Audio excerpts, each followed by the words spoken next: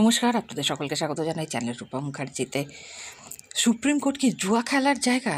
হ্যাঁ, এসএসসি নিয়োগ বিধি নিয়ে হওয়া মামলায় বঞ্চিতদের ঠিক এইভাবে ভৎসনা করলেন বিচারপতি।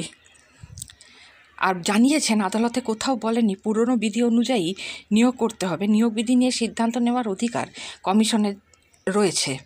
স্কুল সার্ভিস কমিশনের নতুন নিয়োগের বিধিকে চ্যালেঞ্জ করে সুপ্রিম কোর্টে যে মামলা হয়েছিল তা খারিজ হয়ে গেছে। সেই প্রসঙ্গেই মামলাকারীদের উদ্দেশ্যে শীর্ষ আদালতের প্রশ্ন, সুপ্রিম কোর্ট কি জুয়া খেলার জায়গা?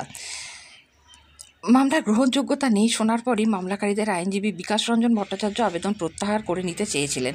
তা শুনেই বিচারপতি অসন্তুষ্ট হন, কারণ ততক্ষণে ওই মামলার শুনানি বেশ কিছুটা হয়ে গিয়েছে। বিচারপতি জানান মামলা প্রত্যাহার করা হবে না, তা খারিজ করা হচ্ছে।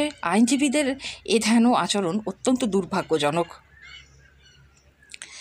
এটা সত্য যে কমিশন এবং পর্ষদই বর্তমান অচলাবস্থার জন্য দায়ী, কিন্তু দ্রুত শূন্যপদ পূরণ করা এখন লক্ষ্য, না হলে আগামী দিনে আরও অনেক বেশি জটিলতা তৈরি হতে পারে।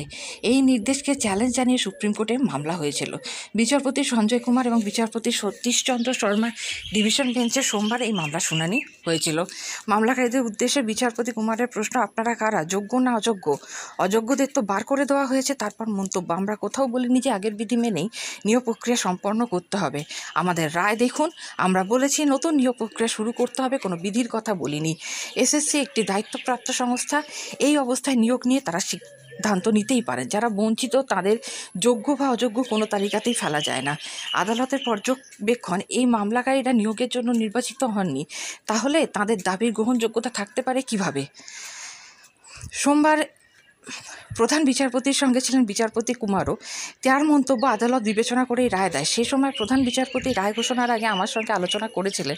আমি সেই রায়ের সঙ্গে সহমত হয়েছিলাম। তারপর রায় ঘোষিত হয়েছে। দুঃখিত, আপনাদের দাবি মানতে পারছি না। এই মামলার গ্রহণযোগ্যতা আছে বলে আদালত মনে করছে না, জানান বিচারপতি কুমার। তাই সব মিলিয়ে পরীক্ষা যে হতে পারে সেরকম কিন্তু আশায় বুক বাঁধছেন অনেক নতুন চাকরি প্রার্থীরাই।